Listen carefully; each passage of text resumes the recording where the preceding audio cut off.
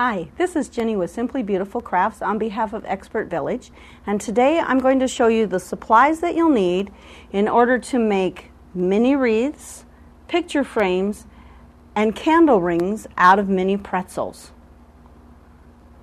As you can see, I have a variety of different styles here. I have many more to show you. Your basic supplies that you need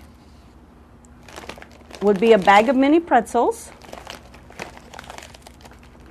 You can get really fancy pretzels, or you can get a big bag of mini pretzels that only cost $1. You will need Elmer's or some other kind of white glue. You cannot glue your pretzels with hot glue because it will not keep its bond. Then you will need some type of embellishment. I use ribbons and bows. I use all kinds of things that I find from craft stores, from secondhand stores, from a variety of sources. If you're going to use food, you want to have that ready. Once you've prepared your base, you can use a hot glue gun to put on all of your embellishments, and they will hold.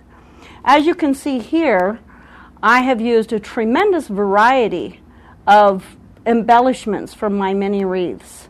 I raided my own craft room. I got out a lot of the ribbons and bows and doodads that I have on hand. Every time I go to a secondhand store, I stop and look at the little bags of things they have hanging up.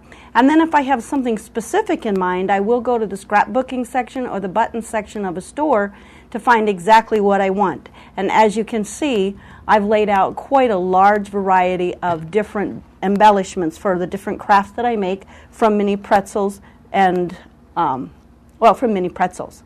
So, these are the supplies you'll need to get started. You'll need a pair of scissors. If you're going to paint, you'll need paint. If you're going to glitter, you'll need glitter. You might want some wire to put on the back of your wreath to hang it. So these are the basic supplies that you will need, as well as any other extras that you would want in order to make mini wreaths, picture frames, and candle rings out of mini pretzels.